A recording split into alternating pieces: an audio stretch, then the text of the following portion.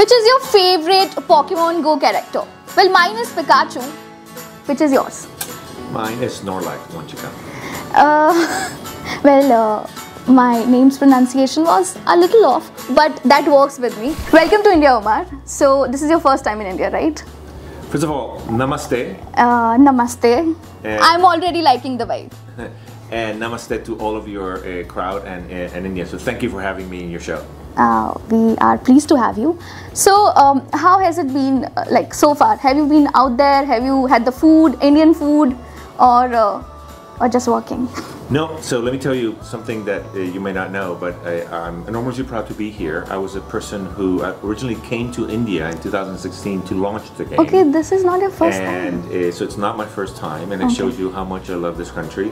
And I am delighted to be back here to launch, to have our second step in the game in India. Yes. So I'm so very excited to be here and to have your audience join me.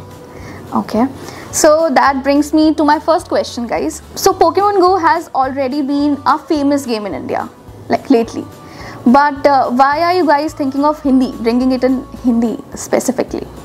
We're actually thinking about several things for to evolve the game in India. So Hindi will be the first of many languages that we will be sort of localizing.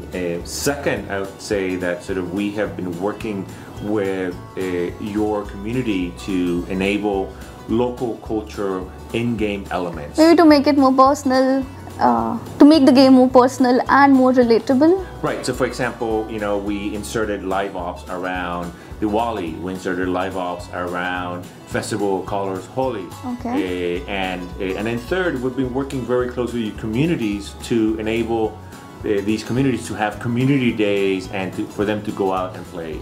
That's actually really cool, guys. You'll have to try the game for that. So my next question would be, is Niantic Gaming planning to enter the field of esports and competitive gaming around AR? So Wanchika, that is a brilliant question, because we have in our game a very famous feature within the Indian market, and that is called PvP. And it's a feature in which players can fight against each other and try their different Pokemon. I have to say that I am enormously happy to say that India is one of our top markets of PvP, and we aspire to, now that we're in Hindi, now that we have sort of many more features, to have a national tournament of PvP. Since India is potentially a huge market for gaming, market these days especially, how is it different for a regular gamer in India? Like there are already a lot of games in market these days. So how it will add to their experience? Sure. How different it would be for them?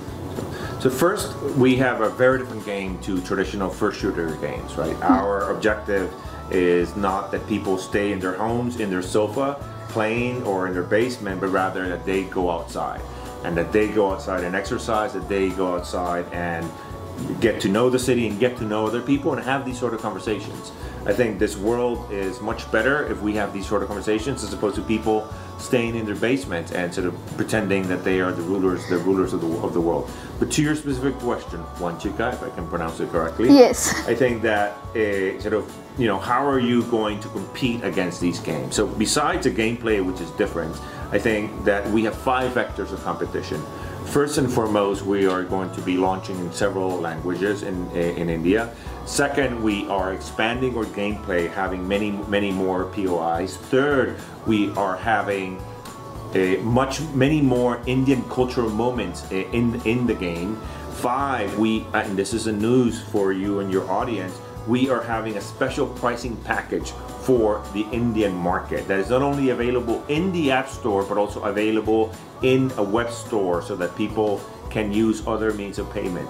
And then lastly, we're going to be building very deep ties to the communities across the 20 largest cities in India. So they are clearly making a comeback, and bang on comeback this time. And since you were talking about you want people to go out and get up from their sofas and have conversations and go out. So there is one tricky question that I want to ask. There were a lot of controversy around this game, particularly few years back, where some kids were committing suicides and things. Do you have a certain plan this time to clear the air around this particular controversy this time? Sure. So first of all, our security and safety of our players is our number one priority. In fact, when you open the game, it is the first thing that we ask players to be very careful, because this is a game that enables people to go outside. This is also a game that we feel enormously proud in terms of, how it enables mental health. Because as people go outside, they get sun, they walk, they meet people, they make friends, etc. So we are very happy. But let it be known that we take personal safety very seriously, and that we have active measures to protect our user base. So I would want to know about your future plans to boost the game's popularity in India, because there are competitors now. So, well, first and foremost, we want more people like you who in the game whose favorite Pokemon is Pikachu, and we want these people to be able to know that they can go outside and sort of interact with a variety of Pikachus. But our strategy has sort of several vectors, as I mentioned. One is many more languages in India. Two is many more interactions with local with cultural beats of yours.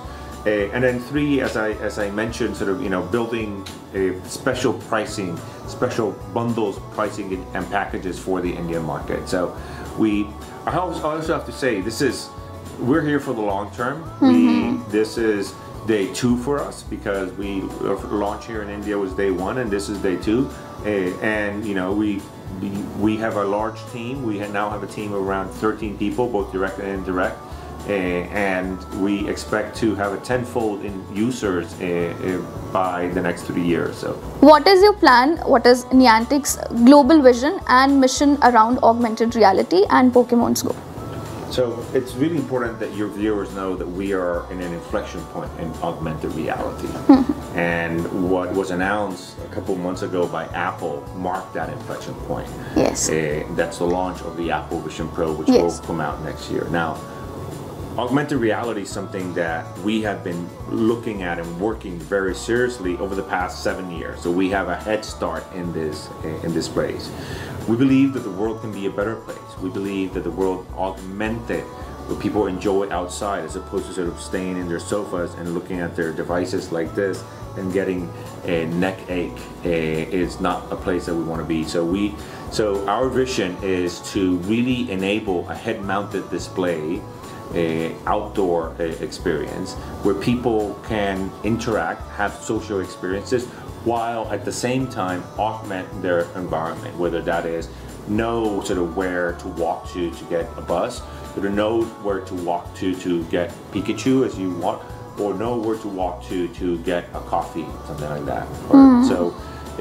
So we have a very robust vision, and we are working actively on mapping the world in a 3D map of the world that enables people, that enables your system to know that the corner is here, and that Starbucks is here, and the Pikachu's over there, and enabling that experience is something that we take very seriously, and we have a head start. So my ask for your viewers is that they keep their eyes open for the next 2 to 4 years, because amazing things are going to happen in the space of augmented reality.